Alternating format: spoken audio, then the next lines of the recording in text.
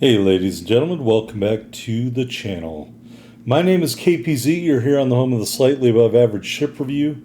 Got a match for you today on Polar. It is a domination match in the new Pan-European Tier 2 Premium Destroyer Tatra. Hopefully I'm saying that right.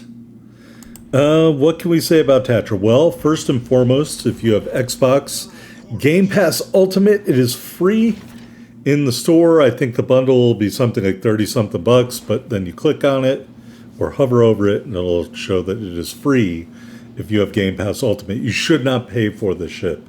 That's what I'm saying. Just get Game Pass for a month, Game Pass Ultimate for a month. It's like 10 bucks and then you cancel it. Or keep Game Pass Ultimate. Whatever. All right, Tatra was a real ship. Lead ship of her class of 6 destroyers built for the Austro-Hungarian Navy shortly before World War I. Sank an Italian destroyer, or helped sink an Italian destroyer in 1915, after Italy declared war on Austria-Hungary. Why would they do that? The ship did some other stuff, but was transferred to Italy in accordance with the peace treaties that ended the war and renamed Fasana. The ship was basically cannibalized for spare parts, discarded and scrapped in 1923. All right, so it is a torpedo boat. I have the torpedo commander, Mr. Stig Hansen Eriksson, behind the wheel, at the helm, whatever you want to call it here. We're out here, we're throwing torpedoes around.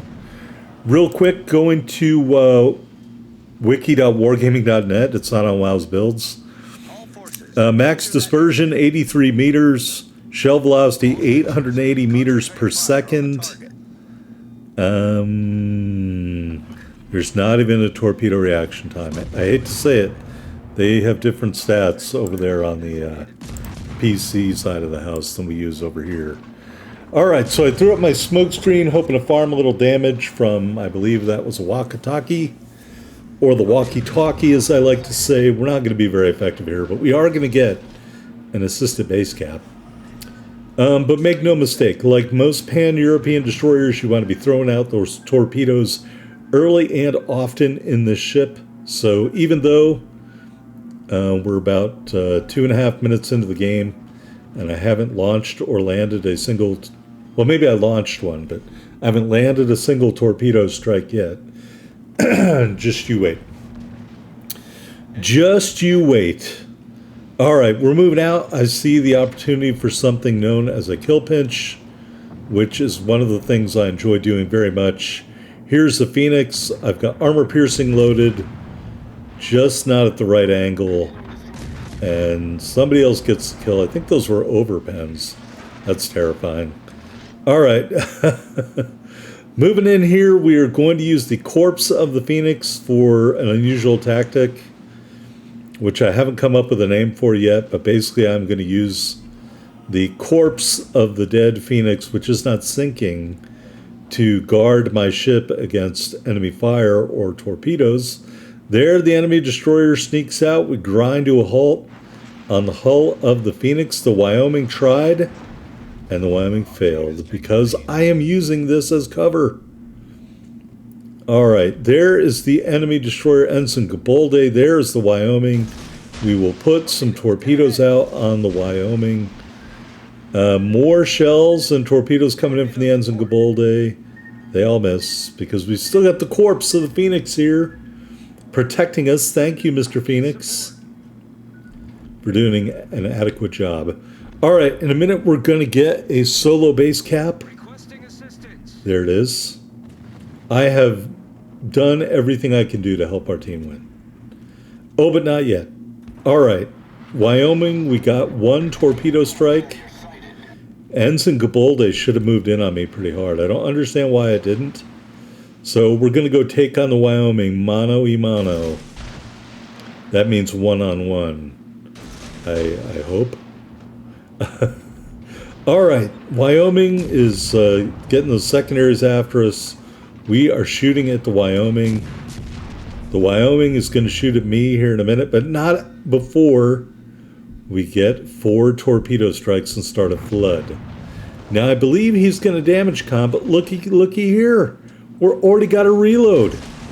There is the big splash damage.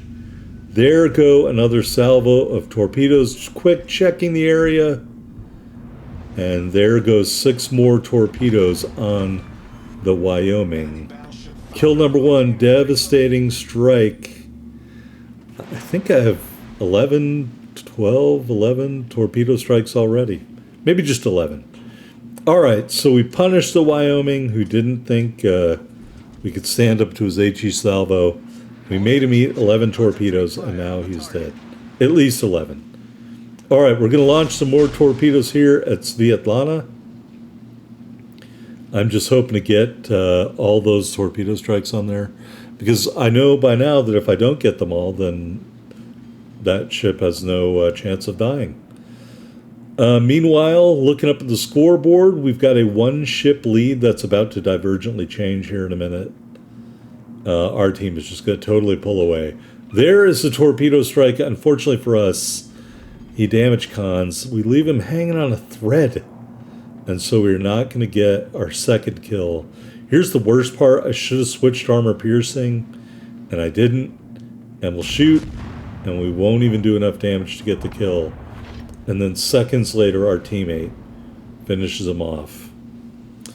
Boo-hoo. All right, there's the huge lead I was talking about. We went from being separated by 1 ship to having a enormous lead, 6-3 ships remaining. We're going to torp out at the Wickas here, and we're going to light them up, allegedly, with our main battery. Cap defended flag, we'll put on the brakes, we'll throw up a smoke screen. Another cap defended flag, and he puts up his own smoke screen. So we're not going to get any help, nor any other ribbons from this, unfortunately for me. So instead, we'll just throw some more torpedoes out there. Never mind, we got absolutely lucky, blundered into our torpedoes. Kill number 2, devastating strike number 2, and the high caliber medal. Folks, how embarrassing is it? My first match in the Tatra, down tier. We're dodging torpedoes. Look at that. Whoosh. Right on by, like it never even happened. And we are getting the high caliber medal in this little torpedo vendor that could. I mean, if you like the Starozovoy, the Dursky, chucking out torpedoes everywhere, I think you'll really like this ship. Guns, not so much. All right, here we are on the victory screen. High caliber medal, 2 devastating strikes. We ended up with 58,224 total damage, 14 main battery hits, 14 torpedo strikes, 2 kills, some cap defended flags, a solo, and an assisted base cap. We ended up with 96,681 silver, 4,258 ship XP, 4,400 commander XP in the Tatra, which is a fun ship, but I'll probably never play it again. All right, here we are at the top of the board. 3 medals, 2 big kills, 1568 base XP, leading the way down tier. I'm very shocked a South Carolina was second on the board, because that ship is garbage. All right, let's go look at the ship in the port. Upgrades, propulsion mod 1. And I'm going to take this off to show you what it's like without it. So you get a couple extra torpedo tubes for a 10-second longer reload. I recommend the mod. And so, it's like the mod on that one Russian destroyer where you get 2 triple tube launchers or 2 quad launchers in exchange for a longer reload. I just can't remember the name. Starts with no. Anyway, couple smoke generators, couple engine boosts, common battle booster for speed, Type 9 permanent camo, and the International Peace Day flag, 21. Nothing says peace like 14 torpedo strikes. All right, take a look at the specs. 8,100 hit points with our build. Got those 2 100mm gun emplacements, 8.7 kilometer range, 3.9 second reload, 18 second turn time, HE shells, 1450 max damage with a 6% fire chance, AP shells, 1650 max damage. All right, 2 triple tube launchers, reload every 26.4 seconds. The max damage is 5,691. 8 kilometer range at 59 knots. The detectability is 1,200 meters. Maneuverability, 33.5 knots with that speed boost flag, 440 meter turning circle, 3-second rudder shift time. And the concealment, 4.5 on the surface, 2.6 in the air, 2 kilometers guaranteed and or when firing in smoke. Taking a look at the stats, this is our only match. I am undefeated, and I will probably never play another match, especially because I have a 2.0 kill-death ratio in this ship, as there should be. But don't let that scare you off. All right, here's our commander, Stig Hansen Eriksson. Remember the 4th row skill, in this case sheltered arms, does not count on this tier of ship. We did an old school build with Swirsky and Bay, subsurface venture, look at me now, and perceptive, and of course unstoppable. Hey, if you like this video, hit the like button. You can always subscribe for more slightly above average ship reviews. And there's the Tatra, folks. A perfectly adequate World War I destroyer.